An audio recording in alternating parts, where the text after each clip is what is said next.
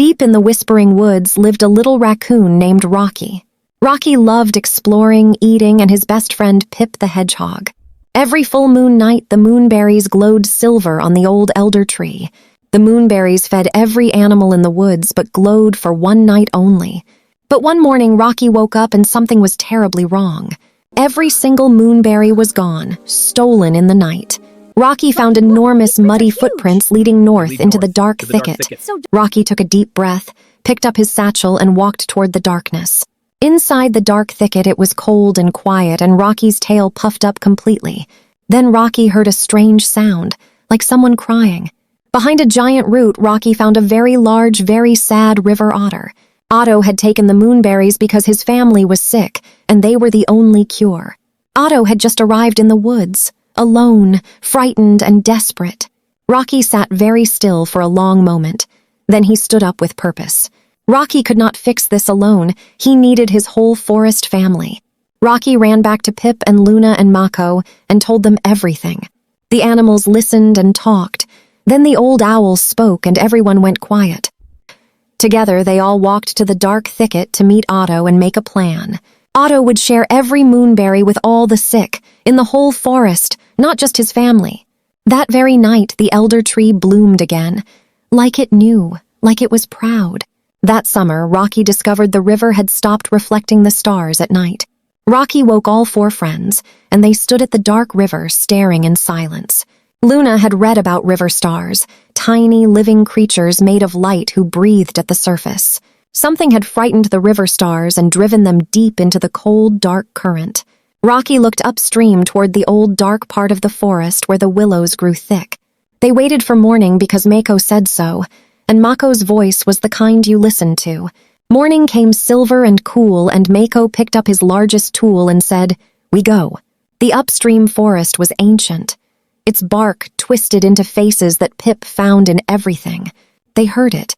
A sound like water and wind together coming from the dark river bend.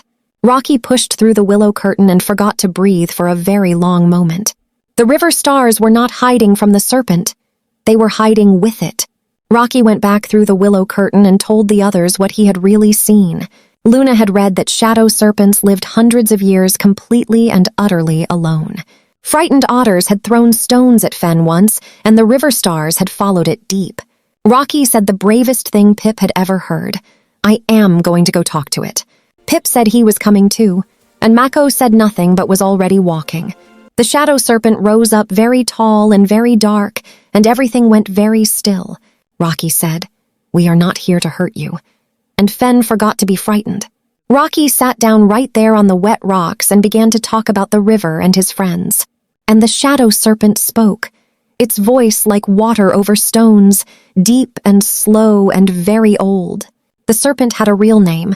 Its name was Fen, and it had been Fen for 400 years alone.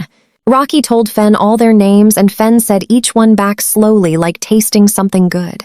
Fen told them about 400 years, and nobody moved because there was nowhere more important. When Fen finished, the sun was setting, and Fen said, "I had forgotten what it felt like to be known." Rocky said, "You are here and so are we, and we will keep knowing if you want us to." Very slowly, Fen rested its chin on Rocky's paw, and the river stars all rose to the surface at once.